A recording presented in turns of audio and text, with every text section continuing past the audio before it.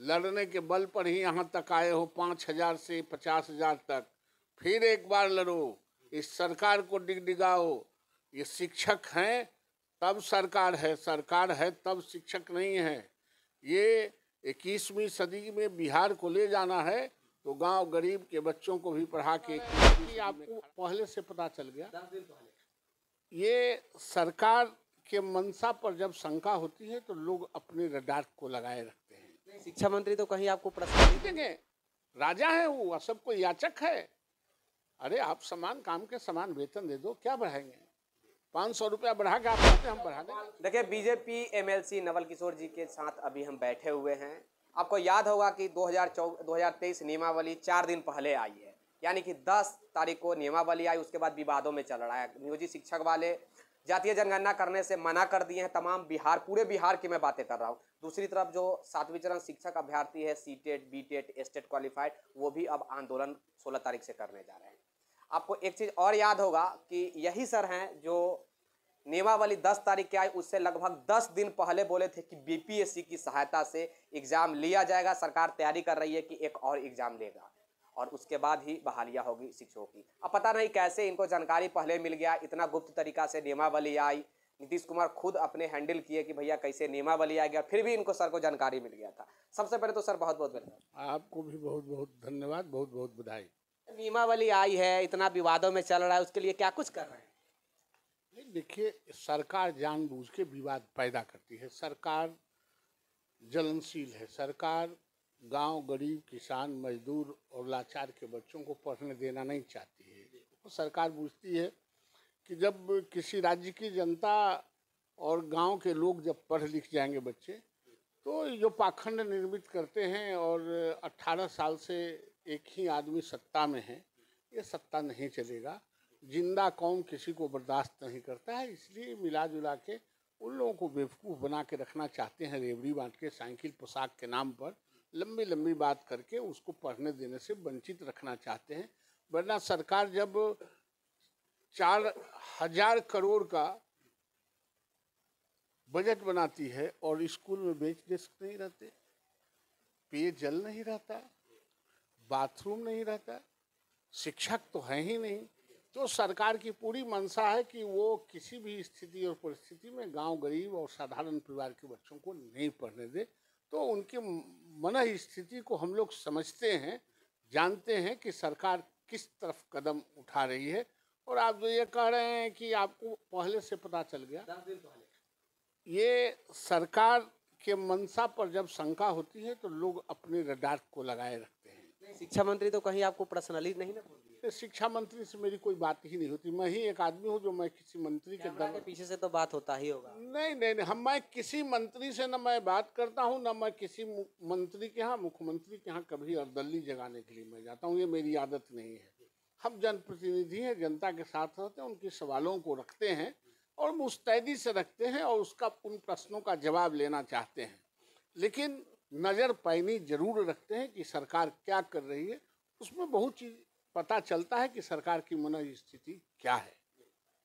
अच्छा, जो पीसी आप रखे 2 दिन पहले, उसके बाद शिक्षा मंत्री खुद कह रहे हैं कि विपक्ष वाले जो इतना बोल रहे हैं, जब उनकी सरकार थी तो देने से भाग रहे थे। कह रहे थे कि 7 जन्म में हम नियोजित शिक्षकों को कुछ नहीं देंगे, जैसा कि सुशील मोदी भी बोले थे। एक आप लोग भी जानते हैं कि जब उनकी सरकार आती है तो कहते हैं कि हम 7 जन्म में नाक रगड़ कर शिक्षक मर जाएगा, लेकिन हम देंगे नहीं। और जब सरकार में अभी नहीं है तो ऐसे ही पीसी रखेंगे, तो प्रेस कॉन्फ्रेंस रखेंगे। शिक्षा मंत्री खुद बोल रहे हैं कि उनके कहने और करने से क्या फ़र्क पड़ता है, हम जो लाए हैं वो सर्वोपरि है और जो भी लाए हैं वो जनता के हित में लाए हैं।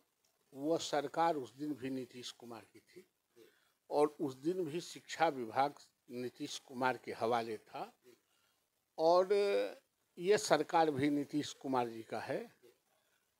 तेजस्वी यादव जी ने कहा था कि हम समान काम का समान वेतन देंगे। इन्होंने कहा था कि हम स्थानांतरण नीति बनाएंगे। इन्होंने कहा था कि आपको राज्यकर्मी की दर्जा देंगे। उप मुख्यमंत्री तो हैं, काहे नहीं दे दिए। नीतीश कुमार शिक्षकों के प्रति स्पेशल विजन रखता है, उनको तंग और तबाह करने का।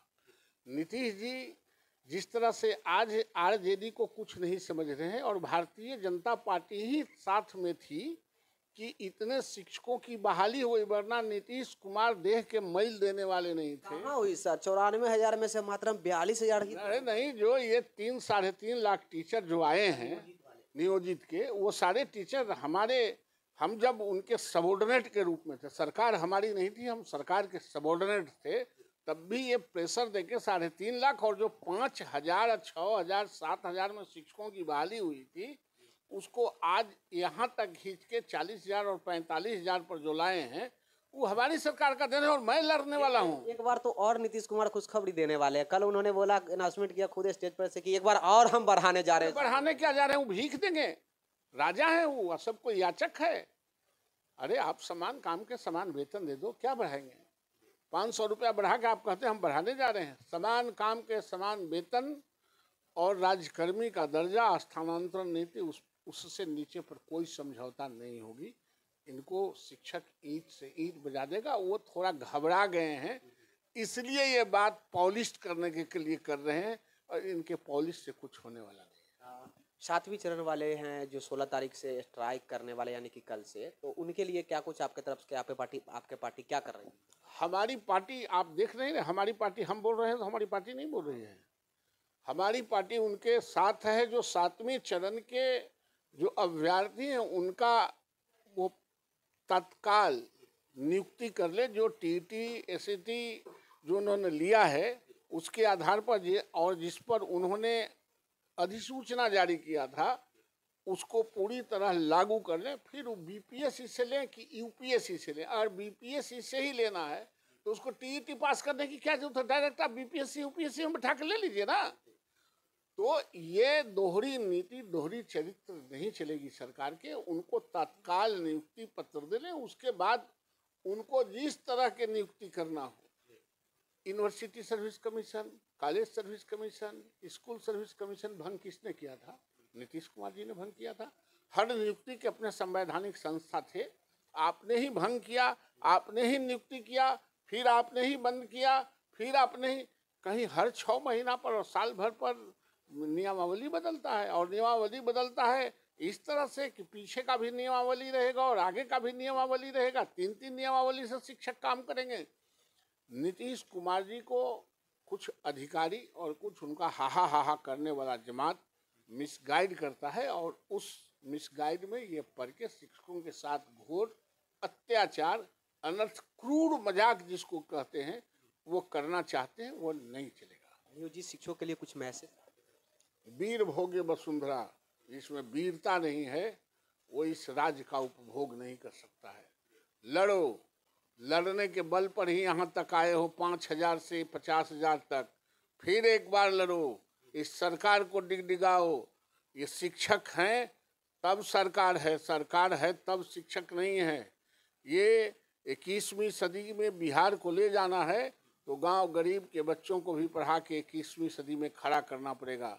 अगर यह छूट गया, ये बच्चे छूट गए, तो कागजी हो सकता है जमीन का सरजमी पर 21वीं सदी बनाने के लिए इन बच्चों को भी पढ़ाना नितांत आवश्यक है। और इन बच्चों को पढ़ाना आवश्यक है तो मान सम्मान के साथ शिक्षकों के साथ सरकार को चलना ही होगा। क्या एग्जाम को बैक करवा कर ही कर लेंगे? निश्चित हम एग्जाम को बैक नहीं कराना चाहते। आप जिसका एग्जाम ले लिए हैं, जो पास कर गया है, उसकी नियुक्ति कर लें। ये मैं नहीं, सारे लोग चाहते हैं। मैं भी यही चाहता हूं कि आप जिनको टीईटी के माध्यम से, सीटेट के माध्यम से, एसटीईटी के माध्यम से जिनको आपने नियुक्ति करने का आश्वासन दिया था और मेरिट लिस्ट बना रहे थे, आप उस मेरिट लिस्ट पर उनके नियुक्ति कर लें। सब, मैं भी यही चाहता हूं और सारे लोग भी यही चाहते हैं। तो कहने का मतलब है कि आप उन स्टूडेंटों के साथ भी है और शिक्षकों के साथ भी है कि बिना इसमें, यानी कि नियमावली में संशोधन करके और एग्जाम को हटा दिया जाए। नहीं, एग्जाम को रखें, आप बाद में एग्जाम, अब जब नियुक्ति करेंगे, आप जब नियुक्ति करेंगे तो आप बीपीएससी यूपीएससी जहां से लेना चाहते हैं ले। लेकिन जिनको आपने टारगेट दे दिया कि टीईटी पास करना है, वो तो पास करके आ गए हैं। ये पहले आपको कह देना चाहिए था कि हम 7 समुंदर पार आपको समुंदर में पहले तैराएंगे फिर शिक्षक बनाएंगे। तो होता क्या है कि टारगेट आप क्या देते हैं विद्यार्थियों को? विद्यार्थी टारगेट के अनुसार तैयारी करता है। तो उसके टारगेट थे टीईटी एसईटी, तो वो टारगेट पर काम किया, अब वो टारगेट पूरा कर लिया तो फिर एक टारगेट बढ़ाना चाहते हैं। इसलिए संदेह है कि सरकार नियुक्ति नहीं करना चाहती। आप उन बच्चों को जिसको 3-4 वर्षों से आप वेट करा रहे थे नियुक्ति के नाम पर, उनका नियुक्ति कर लें और नियोजित शिक्षकों को भी वही प्रायोरिटी दें जो आप नियमावली में जो समान लोगों को रखना चाहते हैं। देखिए, शिक्षक बहाली को लेकर काफ़ी लंबे समय से 4 साल से लड़ाई लड़ा जा रहा था कि नियमावली अब प्रकाशित कर दिया जाए, ताकि नियोजित शिक्षकों का अभी जो भी पेज फंसा हुआ है वो भी सॉर्ट आउट हो जाए और भविष्य में जो 7वीं चरण, 8वीं चरण, 9वीं चरण, चाहे फिर 10वीं चरण के अंतर्गत जो भी शिक्षकों की बहाली होगी वो सही प्रकार से हो पाए। लेकिन जब से नियमावली आई है ये विवादों में घिर रही है, कभी पक्ष वाले तो विपक्ष वाले हमलावर होते रहते हैं। विशेष जानकारी के लिए आप लोग अवश्य जुड़े हुए रहिएगा। कैमरामैन राजेश राज के साथ मैं विक्की गोयल, धन्यवाद।